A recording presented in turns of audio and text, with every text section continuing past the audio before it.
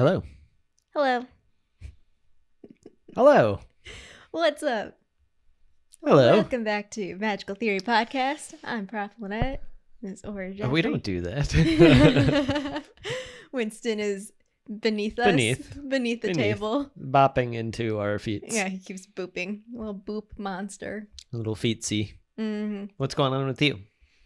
I don't know. I'm like, I'm just tired. Yeah, till Sunday. I don't want to work. I don't want to do anything. Can't we just be? Don't want to work. Can't we just be on vacation yet? Mm-hmm. I have an 8 a.m. meeting tomorrow. Mm-hmm. And then a meeting after that. And then finishing things that I didn't finish starting off last strong. week. So Going good. It's going to be a good Monday. Sure. Just You say another so. manic. Jeff is It's just a going to song get hour. all of the copyright strikes while we're, at the intro. I don't agree. It'll never happen. It'll never pick up. They'll be like, excuse me, I'm going to take No, that was a perfect rendition. the revenue from your tiny, tiny podcast. Yes, it is ours now. Oh, mwah. Yeah, what about you? Yeah, feeling similarly. You made some, or you didn't make them, but you decorated some sugar cookies. Are they all gone? Yeah, they're gone. They're Yeah, pretty oh good. yeah. It's just straight up sugar. It was like It was sugar so cookies much sugar. with the frosting, with sprinkles. So much butter and sugar, yeah. I mean, I guess what other kind of cookies are there? None that are mattering. I like the, like chocolate cookies, like brownie cookies with peanut butter things in them. Those are good. Mm-hmm. Oh, whatever, any cookie. Welcome but to they the all food have sugar and podcast, butter, the so it doesn't baking matter. podcast. Yeah. Yeah, so I don't know. Regular day, regular week. Yeah. Nothing exciting in our lives. No, why would there be? It's 2020. It's almost the end of 2020. Anywho. I mean, we watched SNL this morning. That was fun. somewhat of a, our it was regular funny. thing. But it always makes me sad because there's going to be a break. And the reason why shows do breaks is because ideally people are traveling or with family or doing things, all the things that we cannot do in this life. Anyway, enough of that sadness. Okay, one's Should we ready. talk about the sadness of Harry Potter? One's ready. Yeah, right. Turn to page 233, the Patronus. Today's lesson is called Chocolate and Souls. Oh, souls. Wow. Yes, He is fine. As long as we don't look The at little him. boy. Do not look at the Dark Lord Winston. A synopsis. The Dark Lord stands with his feet against the chair. Oh, he has switched chairs. He's on my chair now. The chapter begins with Harry still frustrated that Hermione got his new Firebolt confiscated. The rest of the students return from holiday break as Harry begins private lessons on the Patronus charm with Professor Lupin, who it turns out was friends with Harry's dad at school. The spell proves to be very challenging and requires Harry to focus intently on a happy memory to power it. Eventually, he does make good progress on the spell and feels more confident about his next confrontation with Dementors, despite learning about their cruel kiss that consumes a person's soul. There are mysteries surrounding Hermione's coursework, which seems to be immense and impossible, and there is drama unfolding in the Hogwarts Quidditch season just as Harry's Firebolt is returned to him. Finally, we find Neville talking about having written down the passwords to the Gryffindor common room as Ron discovers blood, a missing Scabbers, and Crookshanks fur in their room. That was the part I was waiting for. I was like, Neville. Also, I glanced back because for the viewers who are watching our faces, there is a Dementor little statue that I think I pulled up. Right behind us? But I was like, no, it's fine. We'll just leave it back there. Yeah, so the Patronus charm. I have some facts about the Patronus charm. I don't know if you looked up any. I knew you would look that one up, so no, I didn't. It's basically the name of the chapter. You gotta look it up. Okay, so the majority of witches and wizards are unable to produce Patronuses. That doesn't surprise me. And yes. so to do so is a mark of superior magical ability. That kind of makes me sad, though. Although, how many times are you going to be facing a Dementor? But going back to the previous chapter, we were talking about Azkaban and like the Dementors being there. That kind of sucks. If a majority of witches and wizards aren't able to produce a Patronus, like you can't really, well, I guess you can't really do anything in Azkaban anyway. It's not like you have your wand or you're trying to defend yourself. You're just kind of trapped in the prison there. I wouldn't have guessed that it was a sign of magical ability. I would have thought it would have had something to do with an inability to have sort of like a singular focus or attention on something. You can't really get distracted. Well, it's interesting you say that. I'm going to skip down because, and I think this question has come up a lot in a lot of like Reddit threads or just forums in general about can a dark witch or wizard conjure a Patronus if you're seeking to focus on a happy memory? And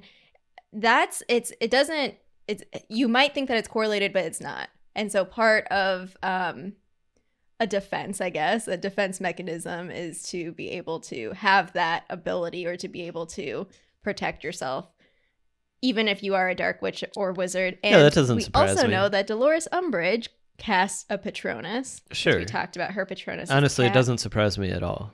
I'm just saying it's a common question that people it's an interesting one.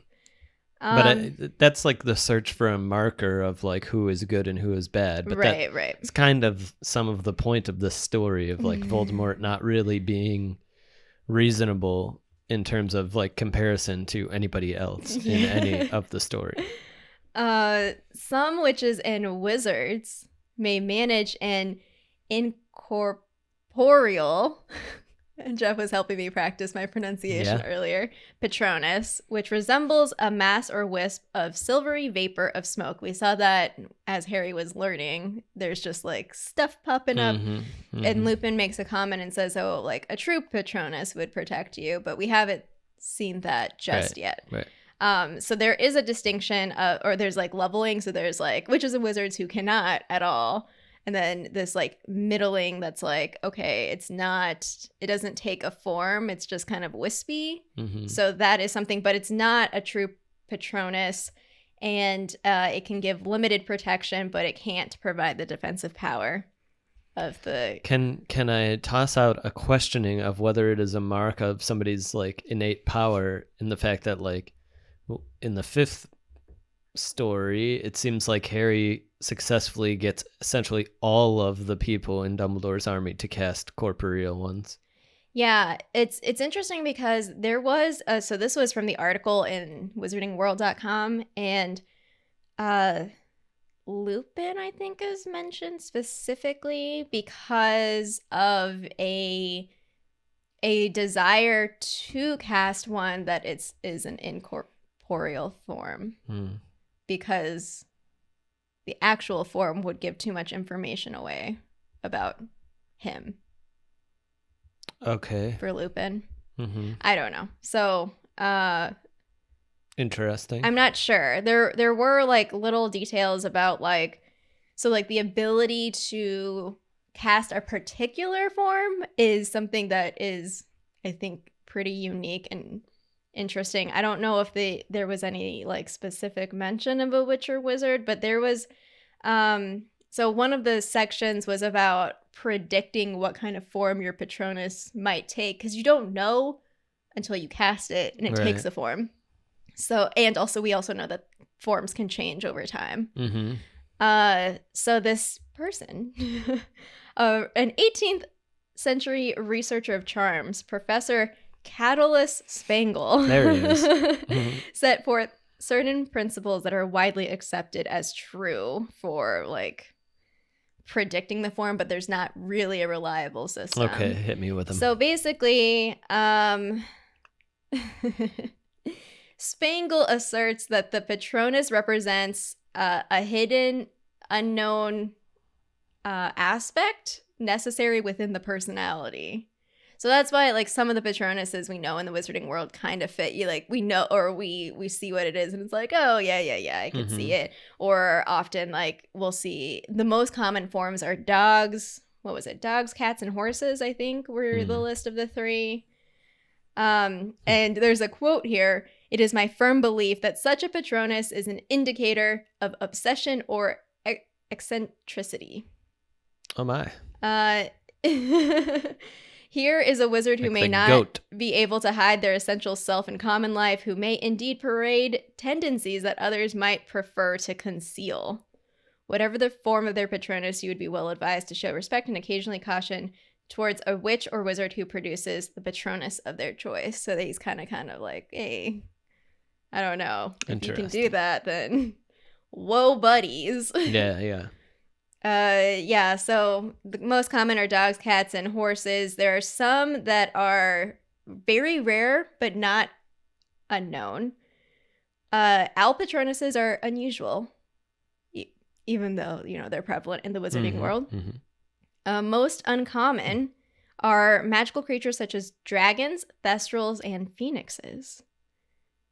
And there's like some other fun facts there, but there's there's a lot with Patronuses that are personal, obviously, because you have to conjure a type of memory. And I like how, Harry is what, 12?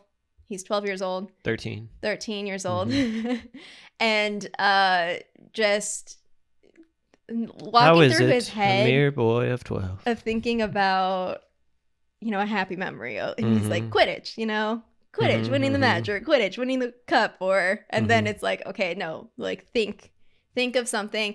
And something that I wrote to myself was, what would be a strong, happy memory? I don't know if we've talked specifically about memories on this podcast Are you before. asking me what a strong, Well, I'm not happy asking you to reveal, but I'm asking, I was, rhetorically to myself, I guess, thinking, what would that be? And oftentimes it's because, so I know that we have talked about like, oh, remember when we lived in Michigan, or remember when we da-da-da. But there's something that is like, obviously over time, the emotion attached to a memory is very fleeting for me. So I can't relate, not relate, like I remember, but it's like, okay, cool, And so I was thinking about that as I was thinking about Harry searching his mind, trying to think of like what would be, like Lupin's telling me to find a happy memory to focus on. And it's also kind of like the psychology of it, of like you're focusing on something, and then because you're focusing on it, it kind of like fleets away anyway. So it's just an interesting concept to think about. Yeah, it definitely is. I don't have a lot of faith that I would be able to do this. Yeah. Just because of the way my memory works. Well, I wonder then if... So for the majority of witches and wizards who can't conjure a Patronus, or the Patronus charm, what is it? Is it like the connection to the emotion? Is it memories specifically itself? Like, do you need to have something that is so drastic? I don't know. Like, of the people who can and Harry cannot. Finding out he's a wizard. Yeah. No. Yeah. I also, in the... Oh man, this chapter really hit me. So one of the things was that Harry's memory, so we've seen him be affected by the Dementors hearing the scream, but each time it reveals like just a little bit more, and this time he hears his dad for the first time. And I was just like, wow, like it's wild that, well, he's like an infant, like a little chunk of of baby, and to have this be just meat and bones, just like unfolding, and it to affect him, so it's just a lot to take in.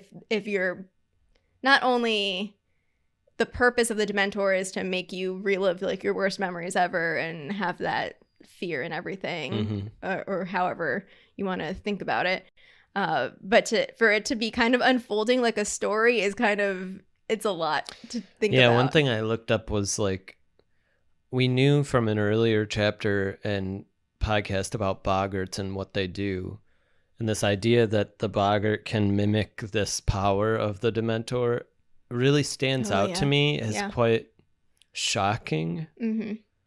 That like it can cause Harry to have the same reaction. Even I find that it's very not shocking. I find it very shocking. And so it makes me wonder about like what it actually is, what the boggart actually is, and its relationship to things like poltergeists and Dementors. Yeah. Because supposedly boggarts are immortal or amortal because they're never not alive, but they living. can't be destroyed even. They just can be driven out, but they'll always come back. Yeah, it's kind of like it's part of just the fabric of existence. That's right. And it channels things that are But already to me, inside it feels of you, maybe? like those types of things are somehow interconnected, and that's why this Mm. boggart can do more of like what a Dementor can do than it seems to me like it should be able to. Obviously, that judgment call is bizarre and Yeah. like doesn't make any sense. But to me, it's like how could this boggart, which is essentially a shapeshifter that just takes the form, but it also inhabits some of the powers, like that's wild. Yeah. Because then you're looking at like the difference between a full moon, which Yeah. has no danger involved, and a Dementor, essentially a Dementor, Yeah. capable of doing this. Could it do a Dementor's kiss? Who knows? But that's something that's always stuck out to me is like, this is so weird to me. Like I've actually never liked the scene that with the boggart, Harry hears his mom and his dad for the first time. Like, I don't like that it's with the boggart. It doesn't make any sense to me. Yeah. I think it just serves the plot point of like having Harry talk about his dad in front of Lupin. But that's where I'm at. I had never thought about that before. But I never have liked it. Mm-hmm. It feels like boggarts shouldn't be able to do what Dementors can do. But again, this is just me. Mm-hmm. Clearly they can, but it just always felt a bit off to me for some reason. I didn't feel like that was... Okay, so I'm going to... Okay, I was going to reference Hogwarts Mystery, but it's actually, I don't even need to reference Hogwarts Mystery. I'll just reference the earlier chapter we had where Lupin basically freaks out when Harry, or the boggart turns to Harry, because he thinks that it's going to turn into Voldemort. Right. So, going back to your question of well, what would happen? Right. Like, could it actually do any harm or right. What does that even mean? Well, there was a debate on Reddit, and one post that got a lot of upvotes that still doesn't make any sense to me is like, oh, well, if it turned into Lord Voldemort, what boggarts do is assume fear. They cause fear. And the claim was that the Dementor form wouldn't cause fear, so it would need the powers, but Voldemort would cause fear, so it wouldn't have to be like Voldemort. It was bizarre and not accurate post, but it was kind of related to that idea. But yeah, like if it took the form of Voldemort, would it be able to cast spells? Now we're talking what about Snape? The calamity in Wizards Snape. Unite. Yeah. Well, what if it's all boggarts? We've talked about it a lot, right? Because there's a lot going on with memories and boggarts and all sorts of stuff. Yeah, I mean, very related to boggarts and memories. Yeah. Yeah. So weird. Lupin. So it could be part of the whole same fabric. Of yeah. Well, how is this possible? You know. Maybe we'll figure it out. Maybe it's just an unsolved mystery. This is all a boggart.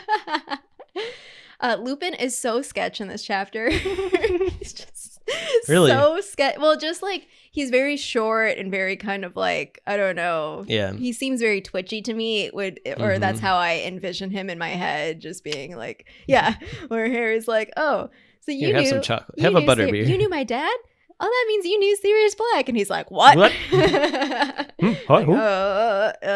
Yeah. So Snape. Yeah, I mean, I think it's Lupin has to be in such a weird position. Mm-hmm. Like, of all of the people who should have told Harry about Sirius Black, it should have been Lupin. Yeah. I mean, I get that they don't really know each other, but it's Lupin knows who he is relative to Sirius and Harry's dad, and it's how could you possibly want Harry to find this out separate from you telling him? So as you're talking, this is totally not related or in the Harry Potter universe at all. We were watching Star Wars Bushes of Love, the bad lip reading. Gosh. So I was thinking, well, because when you started talking about Lupin and Harry and basically the relationship and decision making of what to say or what not to say, I was thinking about Obi-Wan and Luke. Mm-hmm. Anyway, that's where my mind went. Yes.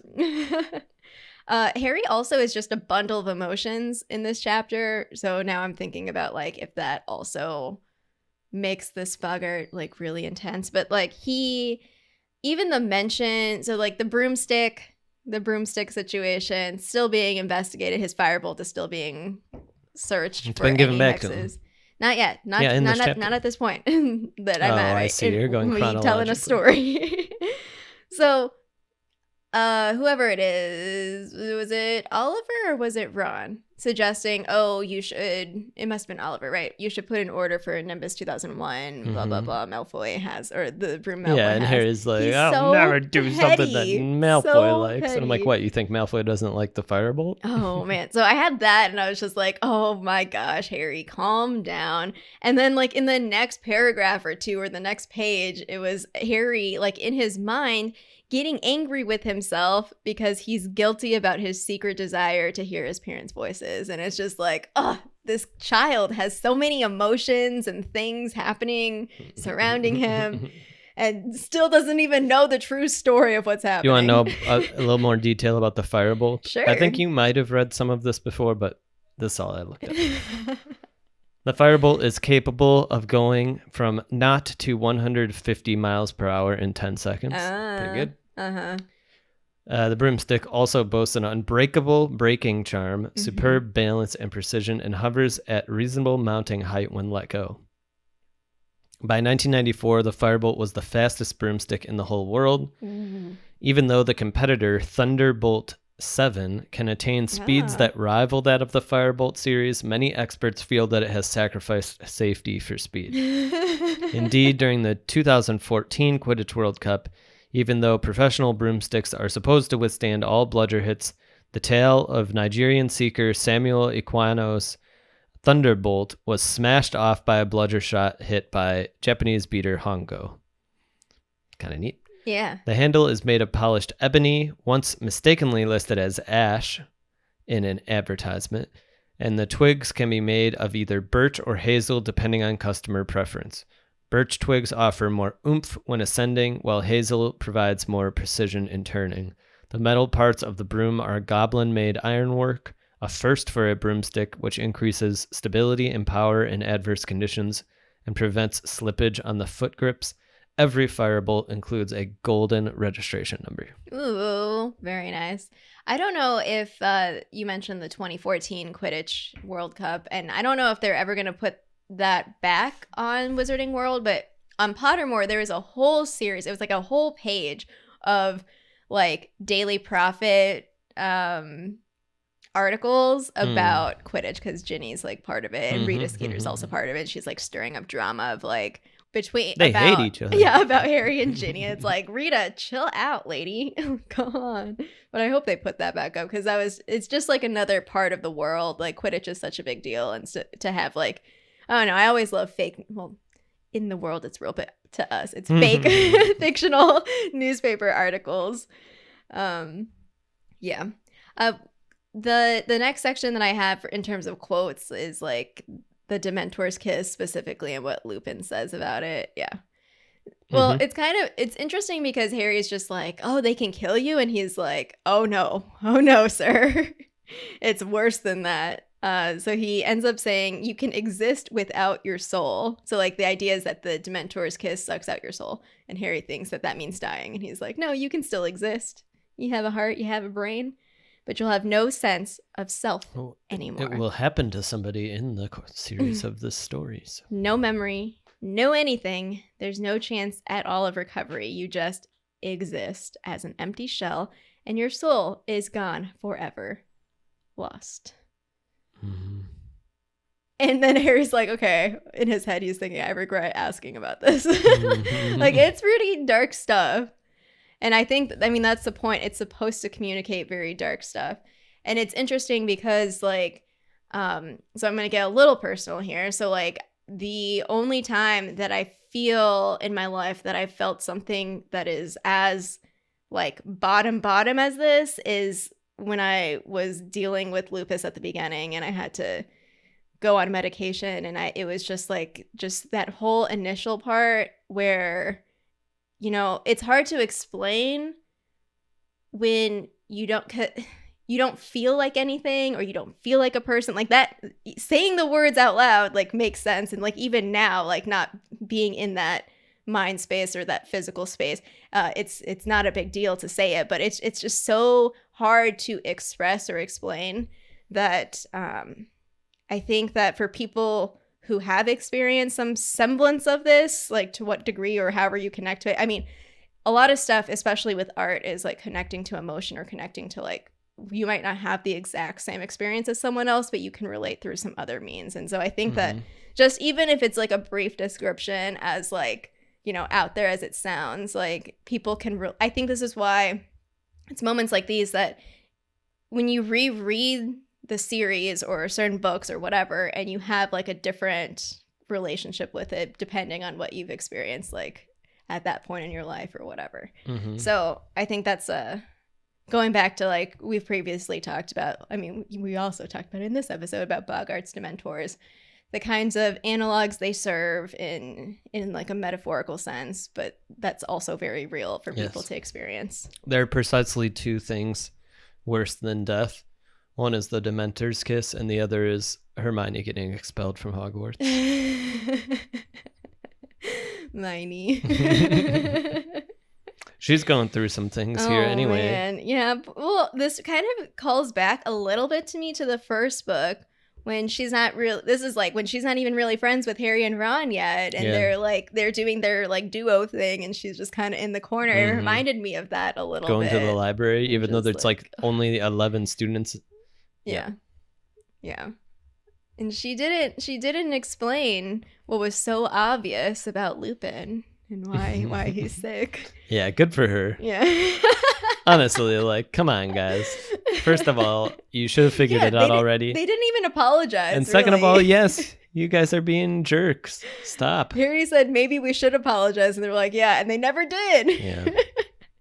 Come on, kids. It's okay to say you're wrong and you're sorry, or you were right, or fine, we'll just get past it.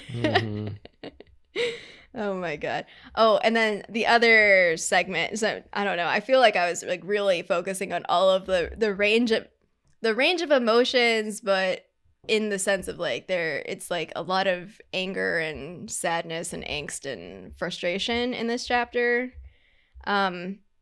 And so after Lupin explains the Dementor's kiss, and then he's like, oh, that's what's going to happen to Sirius Black because the Ministry approved it, which I'm like, Ministry? whatever, it's fine, I guess. And then Harry said that he, Sirius Black, deserved it. And Lupin responds, do you really think anyone deserves that? And it's, so like this sort of thing is interesting again, because if we're thinking about like punishment or like what fits the crime, you know, or having it be a proportional response, and thinking about something that is so terrible that is, as we characterize, worse than death. Right. Like, does anyone deserve that? Like, as a question to consider. Well, it's interesting also to consider, like, do people know what it actually is? You know, there's a scene actually in The Practice a long time ago, a TV show that's somewhat similar about the death penalty and like witnessing it or not. I don't know, might have been Boston Legal, but yeah, it's similar to like, because Snape eventually says like it's almost supposed to be unbearable to witness. And you'd think like if people witnessed it, they might stop doing it. In fact, they might stop teaming with Dementors, but you know, what do I know? Yeah. Yeah. Yeah.